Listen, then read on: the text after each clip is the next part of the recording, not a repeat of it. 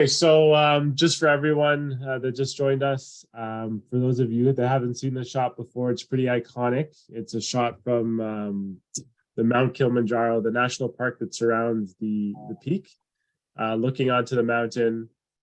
As I mentioned right before we started the recording, don't want to mislead anyone.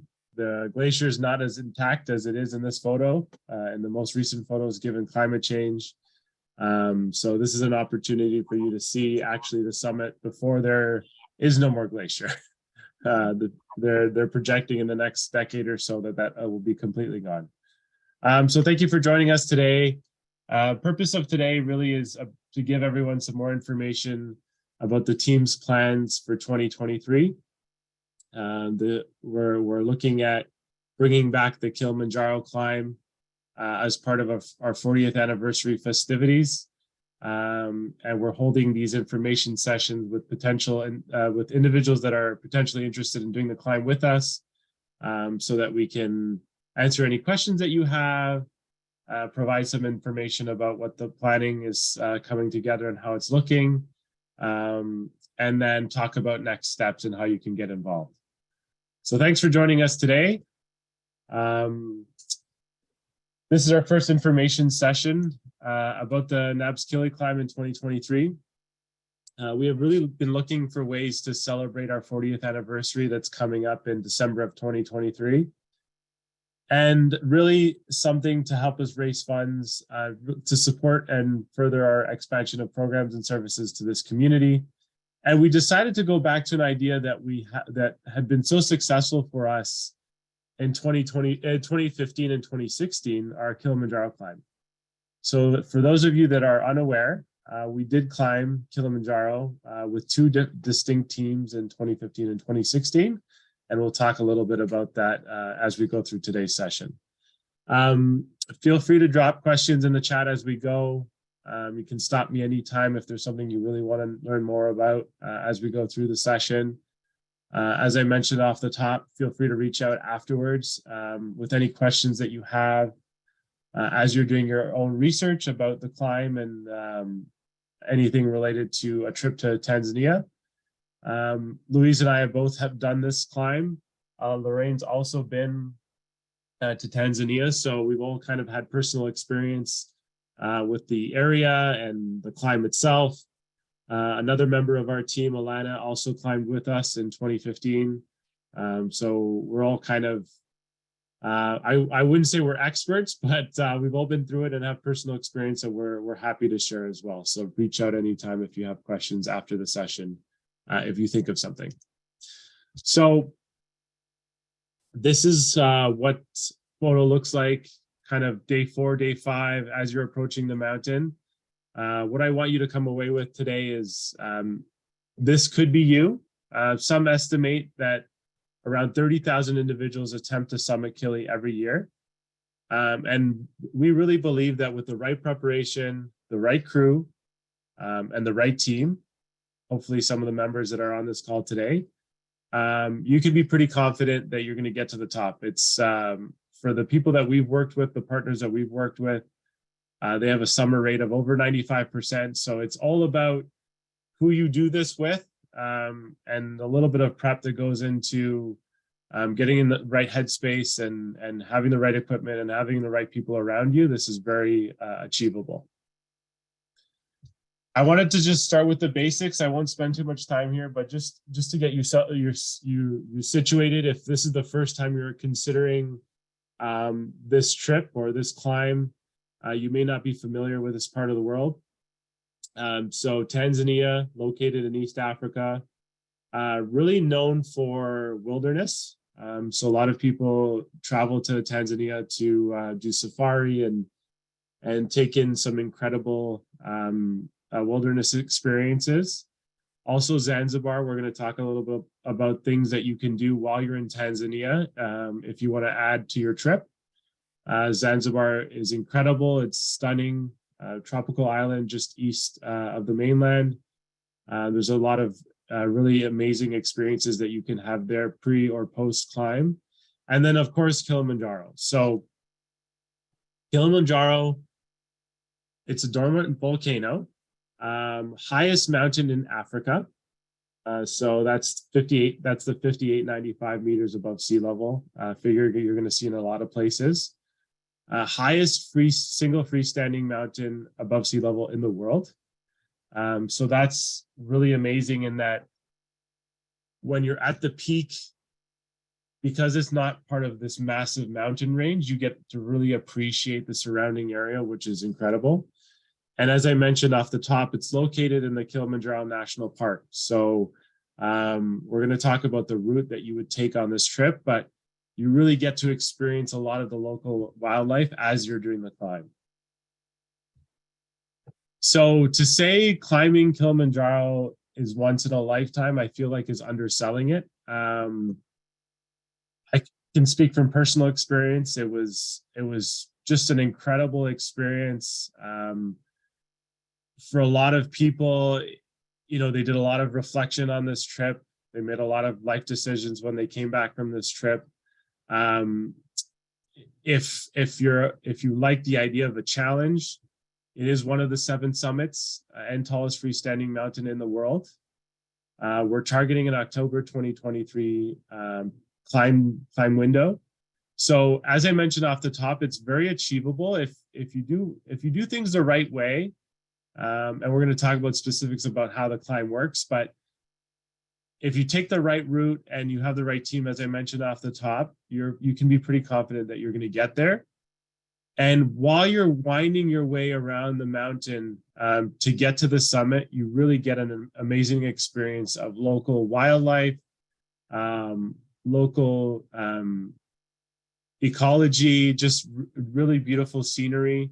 And you spend about a week with the group that you go with, really getting to know each other. So I would recommend if you're really serious about doing this, it would be a great opportunity to go with someone that you know. If you can't find someone that you could bring along on the trip with you, that's okay. You're going to really get to know the people that you're going to do this with. I promise you that. As I mentioned, Louise, Alana, and I did this in 2015. We had 2 teams, so one team in 2015 and one team in 2016 that did this. So all in, we had 28 climbers total that summited. And when I say that it's achievable, we had early 20s and we had someone in their late 60s that did this climb with us, all fitness levels. It was an incredible bonding experience. A lot of people really did some soul searching on this trip. And regardless of, you know, what group they came with, who they knew, the team really rallied around each other and really was part of that support network that got them to the summit on summit day. We had the benefit of having the same head guide on both of our climbs. His name's Elias. He now owns his own company. This is his company, Tanzania Elsewhere Safaris. To say that you're in amazing hands, again, is an understatement. They have a great climb crew. What's really interesting is that as you're climbing throughout the day, they match the pace for smaller groups within the team to match your ability. They have top safety considerations. So one thing that comes into play there is there's a daily check-in, morning and evening with each climber to see how you're doing. They do medical tests as part of that check-in to make sure that you're doing well and make adjustments to potentially what you're eating, how much you're drinking, because that's critical, staying hydrated, and also the food and the way they take care of you throughout. And energized to keep going and to make that summit date. They have the ability to accommodate any food sensitivities if that's an issue for you. And their number one goal is to get the entire team to that summit safely. And they've been able to do that for us both times we've worked with Elias and his team.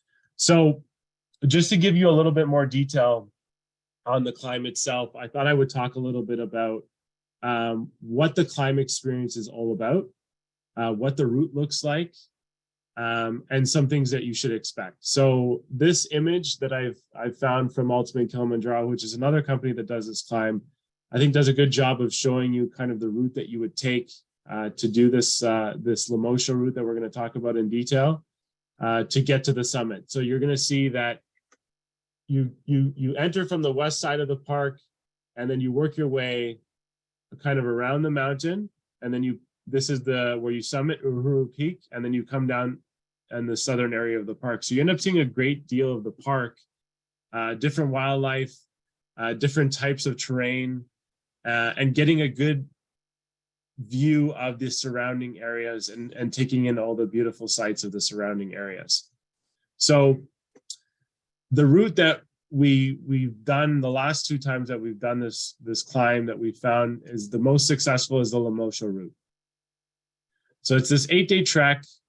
You know, you can kind of think about it as you're bookending 6 real days of hiking with 2 half days. So the first half day is you getting to the actual mountain, and then the last half day at the end of the climb is when you're leaving the mountain in the early afternoon. So as I mentioned, you start on that western side of the park. It's really considered to be the most beautiful route around the mountain. So you get these panoramic vistas of the various sides of the mountain. You get to experience various terrain and climates. And what's critical here is also the fact that this route also has a very high summit rate. And that's because you have time to acclimatize as you move around the mountain. And there's this strategy in the way that the route is constructed, in that you spend time during the day climbing at a higher elevation. And then in the evenings, as you're resting, you have your dinner and you're resting with the climb team, you're sleeping at a lower elevation. So during the day, your body is getting acclimatized to a higher elevation. And then you will go down a little bit in elevation to rest, to give your body that evening to rest and acclimatize for the next day. What is also really interesting about and really preferable about the Lemosha route is that there's less traffic of other climbers. So I did mention there's lots of people that attempt this throughout the year, given that it's a humongous park and there's dozens of ways that they can get to the summit. The Lemosha route, given that it's longer, has less traffic. People usually want to get there and do the climb in a shorter period of time, and that gives you an opportunity to have more space and it'd be less hectic with other climbers on the mountain. So we're not going to go through every single day and what to expect, but I did want to include the itinerary of what the days look like, so you can start to appreciate, you know, how long you're hiking on a daily basis, what you should do, what you should expect on a daily basis as far as the wildlife and the nature that you should expect, what kind of terrain that you're going to expect. As you do your research and as you start to look at the Lemosha route, you're going to get an appreciation for the variety that you're going to experience on this hike. You really start which I'll never forget, when you're starting in the rainforest, and then you kind of move to these grassland areas, and then you hit a plateau, and then things start to open up and you start to see the mountain. But when you're in the rainforest, you're hearing monkeys and birds, you know, calling out to you, and like you have no idea what you're in for yet. Like you can't even see the mountain yet. And then as you progress through the first 3 or 4 days, you start to get to see what the mountain looks like.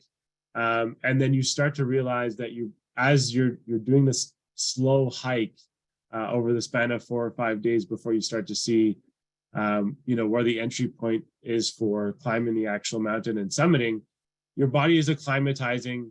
And I'm going to show you the altitude that you're going to be hitting at various days, but you're going to notice that you're climbing slowly, but your body is really getting used to the various altitudes and the higher altitudes as you get there.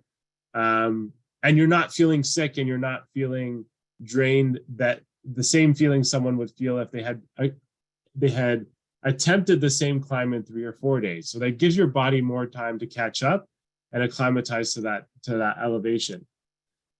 And then later on in the trip, so later in day 5, day 6, as you start to see the summit, and as you start to make your way to summit day, which is a much longer day on day 7, the team is really preparing you for that day and getting you both physically and mentally prepared for that summit day. But checking in on you every day. They're really good about knowing when maybe someone is not having the best day, or they're not feeling like they're maybe farther behind the group, or they're not feeling as energized, and really responding to that and customizing their approach to each individual to make sure that you make that summit.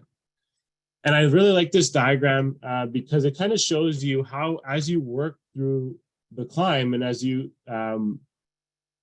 climb and then rest on various days, you can see how you're slowly making that gradual progress to when you get to the peak at 19,341 feet. So what is all this going to cost? And I'm going to this is kind of like a 2-part discussion because I want to really highlight the fact that you can subsidize a lot of these costs in the way that you fundraise, but all in right off the top, you can expect to pay up to $5,000 for the climb itself. And I want to make it clear that this is an all-inclusive price. So the moment you land to the moment you depart, excluding all alcoholic beverages, you're taken care of. So that's pre and post climb. That's your transportation to and from airport, you full room and board when you're staying at the hotel, pre and post climb. You get a tour of the local town. And then everything that happens during the climb is also covered. So there's associated park fees with you being in the national park, all the staff that takes care of you throughout the climb. So you have a porter crew, you have chefs on the climb with you preparing your food every day. You have guides, an emergency crew if something were to ever happen, and everything you need to climb, all the necessary rental requirements for the climb. Also, keep in mind that there's going to be a flight component, right? So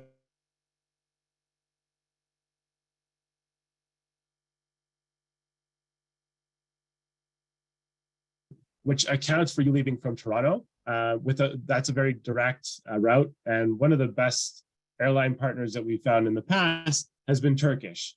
So keep in mind that they're an Air Canada partner. There's an opportunity potentially for you to use miles to cover some of that cost as well. And I mentioned at the beginning that while you're there, you may choose to do other things. So I would say, my 2 recommendations, if there's something that you wanted to add on to your trip while you're in Tanzania, would be definitely go on safari, keeping in mind that in and around Kilimanjaro, there's lots of opportunities for you to go on safari. So you're close to some of the most incredible wildlife on the planet. Serengeti National Park is in Tanzania. You can travel there. To say it's the inspiration for the Lion King, that just kind of says it all, and like you know what to expect. This photo actually in the bottom right-hand corner is from that park. Ngorongoro crater, that's where Louise has traveled. She can answer questions that you may have about that trip. Incredibly stunning. You're going to get up close and personal with some wildlife that you'll never see outside of a zoo in the rest of your life. And then another place that I would recommend based on my personal experience as well is Zanzibar. So Zanzibar is a 1-hour flight away from Kilimanjaro. World-class diving, snorkeling, and surfing. You can explore Stone Town, which is also stunning. And, this could be an opportunity for you to relax pre or post climb as well. So you can kind of chain the different activities together and either travel to Zanzibar first or post climb as well. It gives you an opportunity to relax post climb. So I mentioned fundraising, and that's obviously why we're doing this as an organization. This is one of our major national fundraising efforts for our 40th anniversary. And we've worked with partners, both Tanzania and elsewhere, and other partners that we're going to need to work with to make this happen. But we've built a fundraising plan that allows us to subsidize some of the out-of-pocket costs for climbers to participate in this campaign. So I've kind of highlighted different thresholds here, but just to give you a sense of during last climb, or both of last climbs, the average fundraising total for climbers was around $9,000. People raised between $9,000 and $10,000. So we're setting this preliminary fundraising target for each individual to raise $6,000. And what that means for you is, if you were to raise $6,000, between NABs and our partners, we would reduce the out-of-pocket cost to you as a climber by $2,000. And this I can share if you have more questions about how this works post-session. Feel free to reach out anytime. This kind of framework allows you to subsidize some of your climb costs, so you're not out of pocket for that full $5,000. I mentioned, so average per climber funds raised between both climbs in 2015 and 2016 was about $10,000. There's some questions, let me double check. Okay, yeah, so Louise took care of that. So it was about $10,000. So that gives you a sense of what the average individual was able to accomplish last time, and then you can kind of think about how that would impact your out-of-pocket costs for the climb. Also keep in mind, you're going to have the full support of the NABs team to help get you there. We've done this before with, outside of the NABs team, 25 other individuals that we learn best practices with. We develop tools and tips. We provide all the admin support that you're going to need. So we'll help you build up your fundraising pages. We'll help you build communications to send to your networks, give you all the assets that you're going to need, and help you plan your own individual or even community-oriented activities that may help you fundraise and get you to your target. And I wanted to also mention some other ways that you may not have thought of how you can amplify your efforts and really get you to that fundraising target that helps you subsidize some of those climb costs. So there's different ways that you can do this depending on your situation.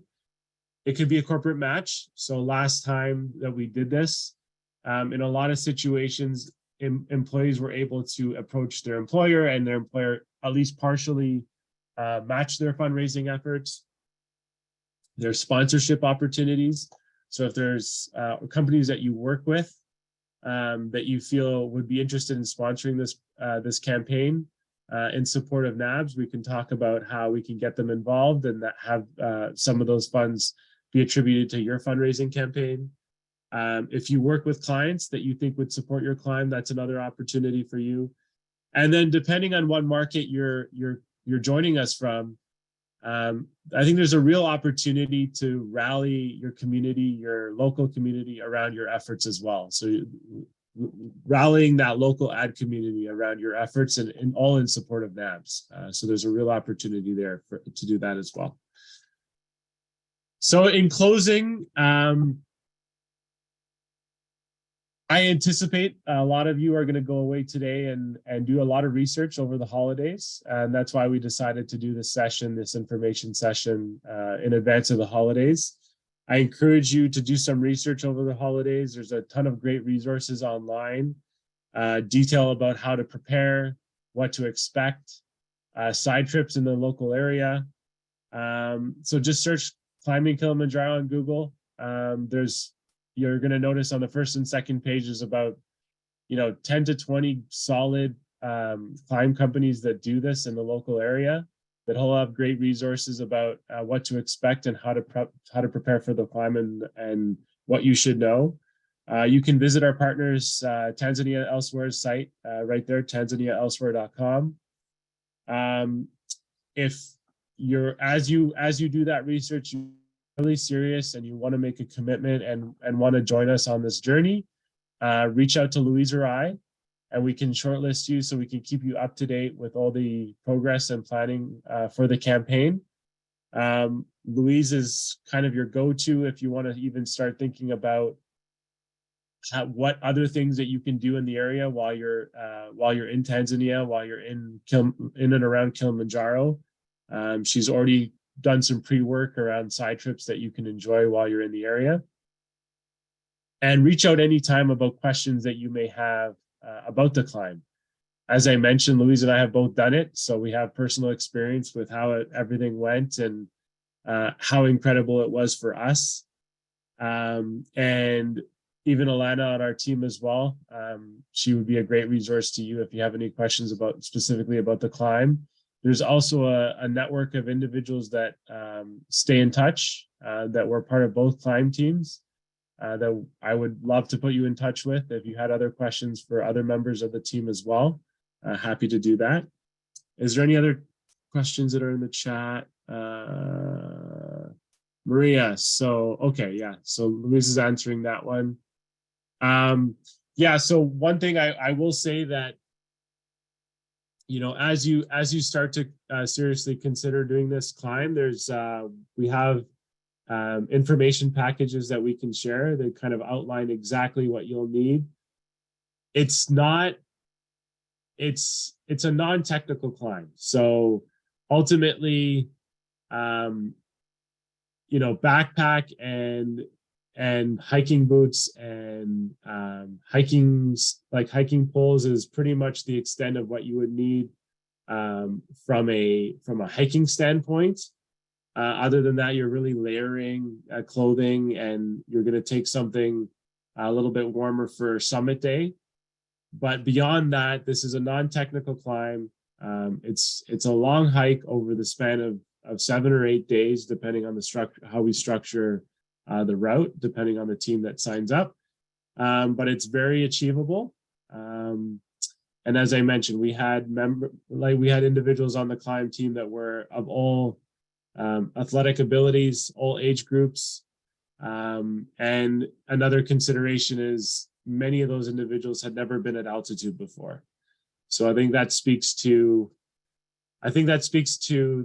the climb support team that was involved in both climbs, how good care they took of our group, and also just the quality of the individuals, the specific individuals that were involved in getting us to summit day for both teams. When are we looking to have the climb team ready by? So what we're hoping to do is we're going to be running information sessions. Well, this is the first one. We're going to be running these sessions in January and February as well. We're looking to lock in the core climb team towards the end of February, with anticipating that there's going to be individuals, as in the past, individuals that join afterwards. But we're looking to build that core climb team of about 10 to 12 individuals. Then we can start supporting your fundraising efforts, and then we'll start launching our national fundraising campaign in support of the climbers in March. And then that gives us a nice large window of time between March and October to help support your fundraising efforts in advance of the climb in mid to late October. So if there's no other questions, what we're going to do following this session is we will send out the recording to this group.